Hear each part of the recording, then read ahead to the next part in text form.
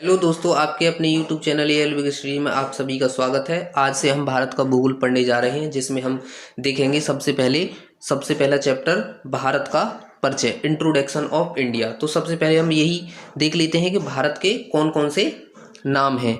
तो भारत के कौन कौन से नाम है, तो नंबर 1 पर आता है, नंबर 1 हिंदुस्तान।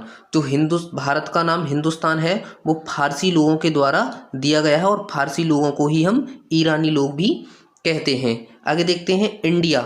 इंडिया जो नाम है भारत का वो यूनानियों के द्वारा दिया गया नाम है। आर्यवर्त जो नाम है वो आर्यों के द्वारा दिया गया है, क्योंकि हमारे देश में सबसे पहले आर्य लोग आए थे और जिस स्थान पर रहे थे उसी स्थान को आर्यवर्त कहा गया था।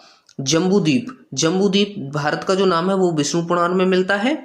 और भारत जो नाम पड़ा है वो दुष्यंत और शकुंतला के पुत्र भरत के नाम पर भारत नाम पड़ा हुआ है। आगे देखते हैं भारत का क्षेत्रफल।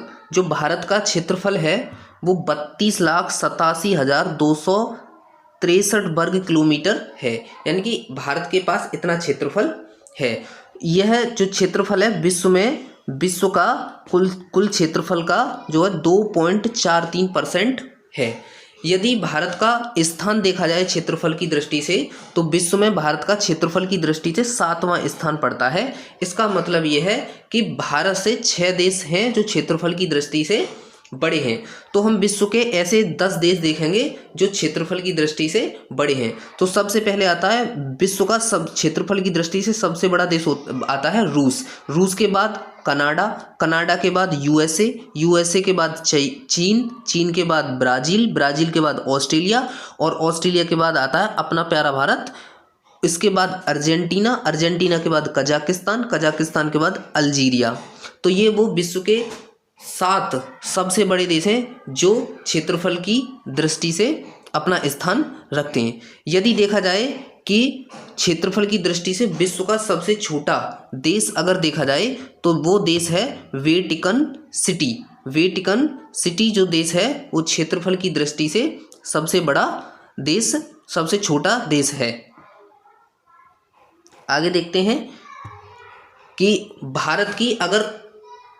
अगर भारत की उत्तर से दक्षिण की लंबाई देखी जाए तो भारत की उत्तर से दक्षिण जो लंबाई पड़ती है वो 3214 किलोमीटर पड़ती है। यदि पूरब से पश्चिम की लंबाई देखी जाए, या इसको हम चौड़ाई भी कह सकते हैं, तो 2933 किलोमीटर पड़ती है।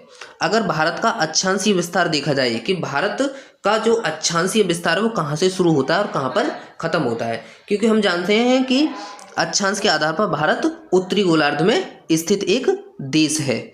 तो भारत का जो अक्षांशीय विस्तार है वो 8 डिग्री 4 मिनट उत्तरी अक्षांश से शुरू होता है और 37 डिग्री 6 मिनट उत्तरी अक्षांश पर खत्म होता है। यानी कि भारत 8 डिग्री 4 मिनट उत्तरी अक्षांश से लेकर 37 डिग्री 4 मिनट उत्तरी अक्षांश तक फैला हुआ है। ऐसे ही अगर देखा जाए कि भारत का देशांतरीय विस्तार कितना है, देशांतरीय रेखाओं के आधार पर भारत पूर्वी गोलार्ध में स्थित एक देश है। तो भारत का अगर देशांतरीय विस्तार देखा जाए तो 68 डिग्री 60 मिनट पूर्वी से शुरू होता है और 97 डिग्री 25 मिनट पूर्वी तक ये खत्म होता है। तो इतना भारत का देशांतरीय विस्तार है। आगे देखते हैं भारत के सबसे उत्तरी, दक्षिणी, पूर्वी और पश्चिमी बिंदुओं को यहाँ पर देखते हैं कि भारत का सबसे उत्तरी बिंदु है वो कौन सा है। तो भारत का सबसे उत्तरी जो बिंदु है वो इंदिरा कॉल है जो पीओके में पड़ता है। अगर बात करें कि भारत का सबसे पूर्वी बिंदु कौन सा है, तो भारत का सबसे पूर्वी बिंदु किवथू है, किवथू। और ये जगह जो पड़ती है अरुणाचल प्रदेश में। अगर देखा जाए भारत का सबसे पश्चिमी बिंदु कौन सा है, तो भारत का सबसे पश्चिमी बिंदु गौरमोता या गुहार मोती जो सरक्रीक कहाँ पड़ता है, ये पड़ता है गुजरात में।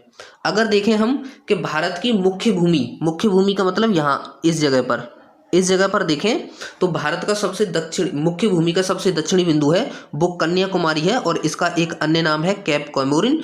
और ये जो बिंदु है वो तमिलनाडु राज्य में पड़ता है। आगे देखते हैं, अगर बात करें कि भारत का सबसे दूरस्थ दक्षिणी बिंदु, यानी कि मुख्य भूमि से ना होके सबसे दूर, क्योंकि हमको पता है कि हमारा एक केंद्र शासित प्रदेश अंडमान निकोबार जो बंगाल की खाड़ी में स्थित है, जो भारत की मुख्य भूमि से थोड़ा सा नीचे पड़ता है, जो 6 डिग्री और 4 मिनट उत्तरी अक्षांश से शुरू होता है। इसीलिए भारत का सबसे सुदूर दक्षिणी स्थित बिंदु की बात करें तो वो इंदिरा पॉइंट है। और ये इंदिरा पॉइंट है, इसके अन्य नाम भी हैं, जैसे इसको पिग्मेलियन पॉइंट भी कहा जाता है, इसको पार्सन्स पॉइंट भी कहा जाता है, या इसका एक और अन्य नाम है लाहिचिंग। तो इंदिरा पॉइंट के इतने सारे नाम हैं। और ये जो इंदिरा जो पॉइंट है ये कहाँ पर स्थित है, तो अंडमान निकोबार के ग्रेट निकोबार द्वीप पर ये पड़ता है। अगर देखें हम भारत का आकार किस टाइप का है, तो भारत का अगर आकार देखा जाए तो भारत का आकार समचतुष्कोणीय टाइप का भारत का क्या है, आकार है। अगर देखें भारत की जलवायु कैसी है, तो भारत की जलवायु उष्ण कटिबंधीय मानसूनी जलवायु प्रकार की भारत की जलवायु है। आगे देखते हैं कर्क रेखा के बारे में। तो कर्क रेखा जो है वो भारत के 8 राज्यों से होकर गुजरती है। भारत के कितने राज्यों से होकर गुजरती है कर्क रेखा, तो कर्क रेखा भारत के 8 राज्यों से होकर गुजरती है।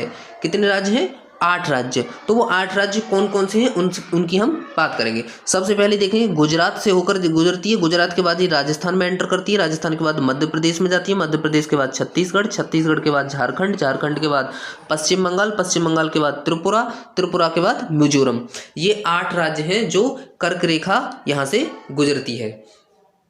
उसके बाद देखेंगे कि कर्क रेखा की अधिकतम लंबाई कौन से प्रदेश से होकर गुजरती है, तो कर्क रेखा की जो अधिकतम जो लंबाई है वो मध्य प्रदेश में पड़ती है। अगर बात करें न्यूनतम की, तो कर्क रेखा की न्यूनतम लंबाई राजस्थान में पड़ती है। अगर देखें कर्क रेखा के सबसे निकट राजधानी कौन सी है, तो वो रांची है, और रांची झारखंड की राजधानी है। बात करें सबसे दूर स्थित राजधानी, तो सबसे दूर जो राजधानी है कर्क रेखा से वो है जयपुर, और जयपुर राजस्थान की राजधानी है।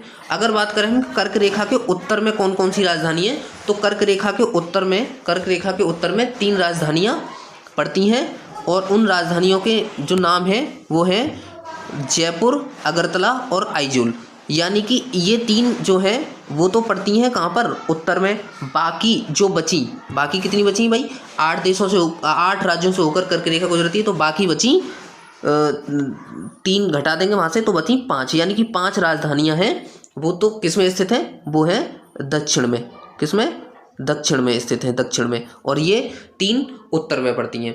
अगर देखें कि जो कर्क रेखा है, कर्क रेखा जो माही नदी है उसको 2 बार काटती है। कर्क रेखा माही नदी को कितनी बार काटती है, 2 बार काटती है। कर्क रेखा अगर बात करें कि कितने देशों से होकर गुजरती है, तो देशों की संख्या है 18 देशों से होकर ये गुजरती है।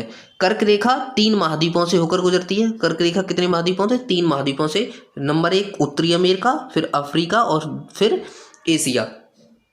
अगर बात करें भारत की स्थलीय सीमा, यानी कि जो जमीनी सीमा है, जमीन से जो सीमा लगती है वो, यानी कि जो बॉर्डर है, एक कहने का मतलब ये 15,200 किलोमीटर का बॉर्डर है टोटल देशों के साथ मिला करके। तो भारत की स्थलीय सीमा 15,200 किलोमीटर की है। अगर बात करें भारत की तटीय सीमा का मतलब है जो जल से टच है। तो भारत की तटीय सीमा की लंबाई है 6100 किलोमीटर। भारत की तटीय सीमा की लंबाई 6100 किलोमीटर है।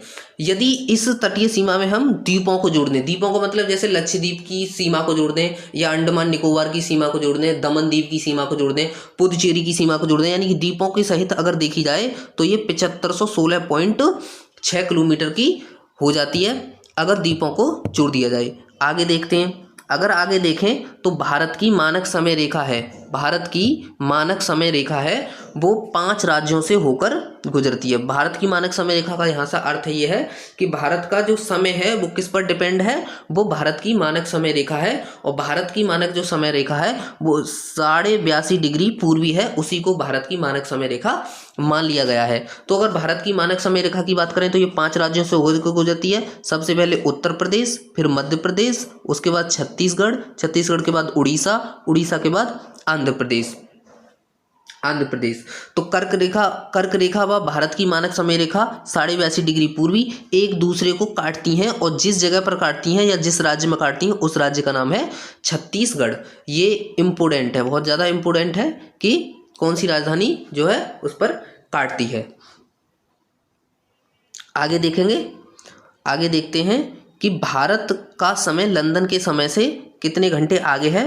तो 5.5 घंटे आगे है। भारत का समय लंदन के समय से 5.5 घंटे क्या है, आगे है। 5.5 घंटा आगे है ये समय। भारतीय उपमहाद्वीप में 7 देश आते हैं। भारतीय उपमहाद्वीप में कितने देश आते हैं, 7 देश आते हैं, क्योंकि भारतीय उपमहाद्वीप का नाम भारत के नाम पर पड़ा है, क्योंकि भारतीय उपमहाद्वीप में सबसे बड़ा देश भारत है, इसीलिए भारतीय उपमहाद्वीप की संज्ञा इसको दी गई है। तो इसमें 7 देश पड़ते हैं। पहला भारत है, फिर पाकिस्तान है, फिर नेपाल है, भूटान, बांग्लादेश, श्रीलंका और मालदीव। इसमें अफगानिस्तान और म्यांमार इसमें नहीं आते हैं। आगे अब हम दोस्तों क्वेश्चन देख लेते हैं कि क्वेश्चन है वो क्वेश्चन इसमें किस किस टाइप के क्वेश्चन बन सकते हैं, या जो आए हुए क्वेश्चन है किसी न किसी एग्जाम में। ये दोस्तों हम प्रश्नों को देखते हैं, और पहला प्रश्न है कि भारत की मुख्य भूमि का अक्षांश, भारत की मुख्य भूमि का अक्षांश डैश डैश डैश के बीच फैला हुआ है। तो पहला ऑप्शन है 8 डिग्री 4 मिनट उत्तरी अक्षांश और 37 डिग्री 6 मिनट उत्तर के बीच। तो ये ऑप्शन बिल्कुल आपका पहला ऑप्शन बिल्कुल सही है। अगले प्रश्न की ओर चलते हैं, और अगला प्रश्न है कि क्षेत्रफल की दृष्टि से भारत का विश्व में कौन सा स्थान है। तो क्षेत्रफल की दृष्टि से भारत का विश्व में 7वां स्थान है, इसलिए ऑप्शन नंबर सी इसका बिल्कुल राइट आंसर है। अगला प्रश्न देखते हैं। अगला प्रश्न है कर्क रेखा गुजरती है। कर्क रेखा गुजरती है, क्या कर्क रेखा मध्य प्रदेश से होकर गुजरती है? बिल्कुल सही है।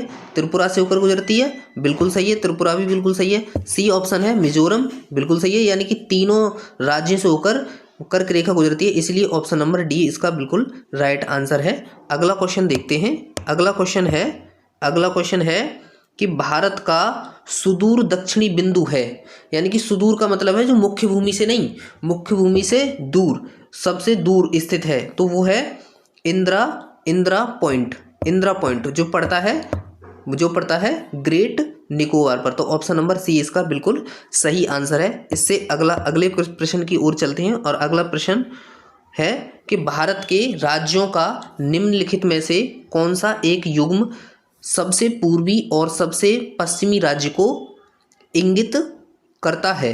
तो दोस्तों इस क्वेश्चन का आंसर है option number D, Arunachal Pradesh और गुजरात। अरुणाचल प्रदेश में किम्थू है और गुजरात में गुहारमोती या गौर माता है, इसीलिए यही पूर्वी और पश्चिमी राज्यों को इंगित करते हैं, सबसे पूर्वी और पश्चिमी राज्यों को इंगित करते हैं। अगर हमारी वीडियो अच्छी लगी हो तो उसे लाइक और शेयर करें, और हमारे चैनल को सब्सक्राइब करें।